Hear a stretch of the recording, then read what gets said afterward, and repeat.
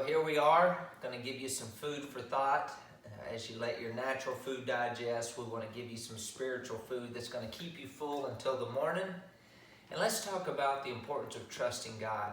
You know, Proverbs chapter 3, verses 5 and 6, it tells us to trust in the Lord with all of our heart and lean not to our own understanding, but in all our ways acknowledge Him, and He will direct our paths. So I want us to kind of step back for a moment and be real and go inward. And really, how are you doing on trusting God? Are you trusting Him that He is your provider, He's your healer, He's your protector?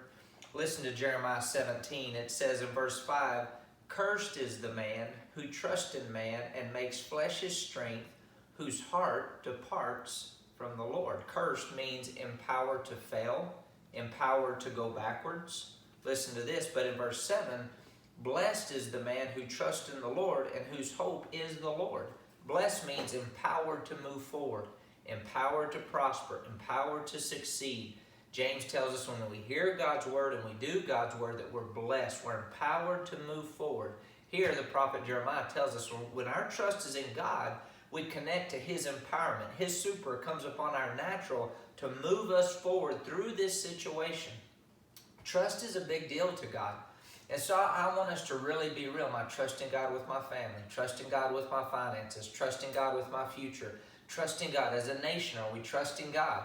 Look at Daniel chapter 3. You know this story. Shadrach, Meshach, and Abednego. They're supposed to, whenever they hear the harp and the musical instruments, they're supposed to bow down to this golden image, but they don't bow down to the golden image. And then Nebuchadnezzar, he gets mad and he throws them in the fiery furnace and he tells them, all right, let's turn it up 7 times hotter than it's been. And so as they're falling down in the furnace, immediately he goes to the edge and he sees the fourth man, which is appeared as the Son of God in this image. And then he goes to the edge there and he calls Shadrach, Meshach, and Abednego, has them come out of the fire. And it said that not even a hair on their head was singed, nor were their garments affected, and the smell of fire was not even on them.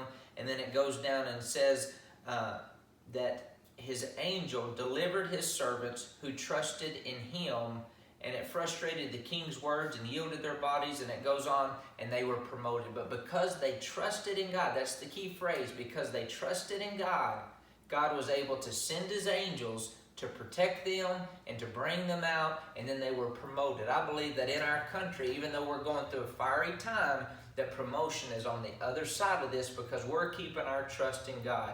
Once again, step back for a moment. What's an indicator? If you're full of worry and you're full of just concern all the time and you're afraid, that's not trusting God. And fear gives Satan a right to operate, like faith gives God a right to operate. Trust, confidence, faith, they're all a spiritual force.